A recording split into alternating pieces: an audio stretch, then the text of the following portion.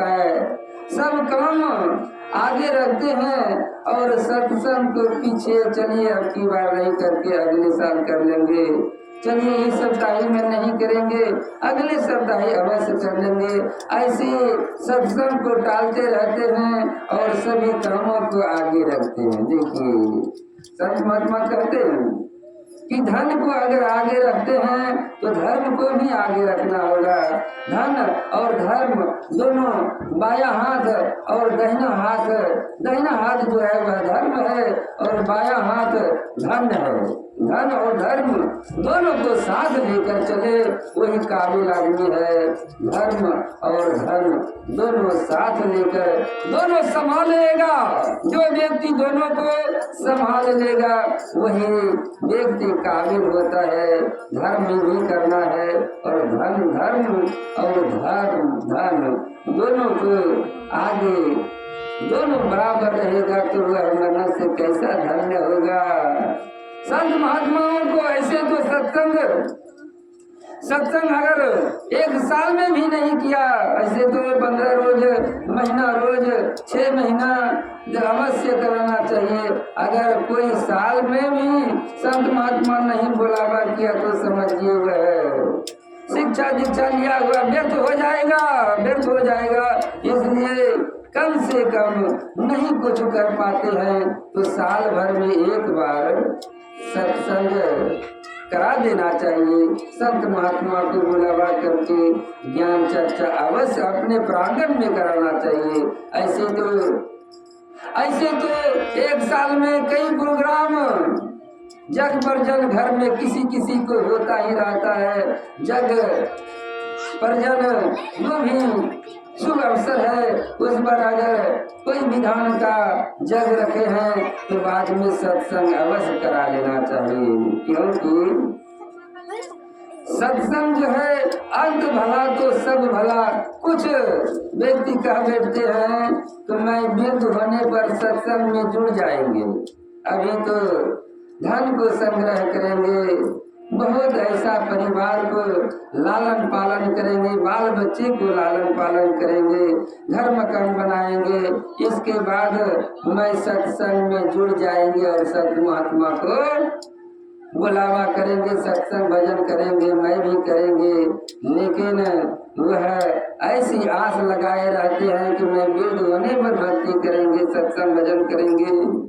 अगर कोई भी वृद्ध आदमी व्यक्ति सत्संग कर रहा है वृद्ध होने पर भी तो समझिए वह युवा अवस्था से सत्संग कर रहा है, तभी वह वृद्ध होने पर भी उनका सत्संग भजन में रुचि आएगा। जरा देखिए, विचार करना होगा।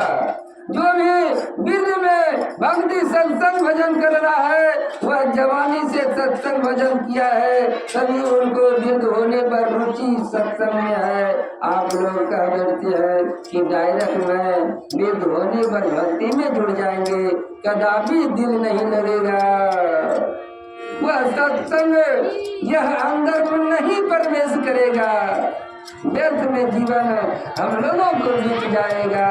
इसलिए सत्संग कहते हैं युवा अवसर से ही सभी काम में, सत्संग में और धन संग्रह करने में सभी में रुचि आएगा तो सत्संग में भी जवानी में ही रुचि आएगा। जैसे कि कोई प्रोग्राम करने के लिए जाता है, कोई ऑर्केस्ट्रा हो, किसी प्रकार के नाच नाटक हो तो बच्चों को भी साथ में ले जाते हैं। जरा विचार करें अपने दिल से, किसी प्रोग्राम हो, नाच नाटक हो, ऑर्केस्ट्रा हो तो बच्चों को भी साथ में ले जाते हैं।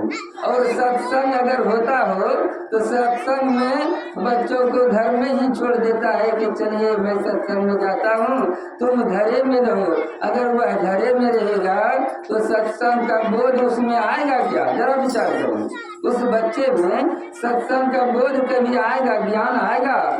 नाच नाटक में लेते जाते हैं हाथ पकड़ के देखने के लिए कि चलो वहाँ पर नाच नाटक ऑर्केस्ट्रा हो रहा है, और सत्संग में घर में बच्चों को छोड़ देते हैं कि तुम यहीं पर हो, मैं सत्संग में जाता हूँ। उस बालक को, उस बालिका को क्या बोध होगा सत्संग में?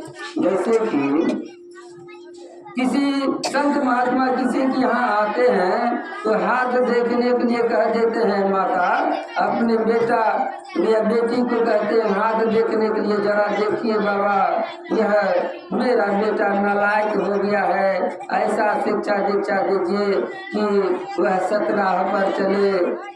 तो बाबा तो देखते हैं लेकिन बाबा आपके यहाँ थोड़ा देर के लिए आया है और आप सदियों से उनके समझाने में लगते हैं लेकिन वह समझ नहीं बैठता है। क्यों? आपका गलती है। आप सत्संग में लाइए, उनको भी बोध होगा। और सत्संग में भी आता है तो बाबा लोग क्या कह बैठता है, यही विचार करना होगा। सत्संग में अगर किसी बच्चे को लाते हैं तो बाबा कह बैठता है बच्चा को हटाइए, बच्चा हल्ला करता है, जल्दी हटाइए बच्चा को हटा देगा। और क्या यह जो सत्संग में जुड़े हुए ये सत्संग सुन रहे हैं, नए आदमी आएंगे, सत्संग का प्रभाव उन पर पड़ेगा। जैसे कि अभी प्रसाद जो रखा हुआ है, दूसरे पंथ वाले कह बैठते हैं कि प्रसाद कबीरपंथी ने बीच में रखता है और सभी ने फोटो लगाकर साइड में कुर्सी पर रखता है, और कबीरपंथी सत्संग में बीच में ही प्रसाद रखता है। ऐसा क्यों होता है? जरा विचार कीजिए। वह सबों की वाणी जो है, सबों की वाणी उस प्रसाद में प्रभाव पड़ेगा और वही प्रसाद आप सबों को दीजिए तो वह सद्भावना में ढल जाएगा। जैसे कि यहाँ पर भजन और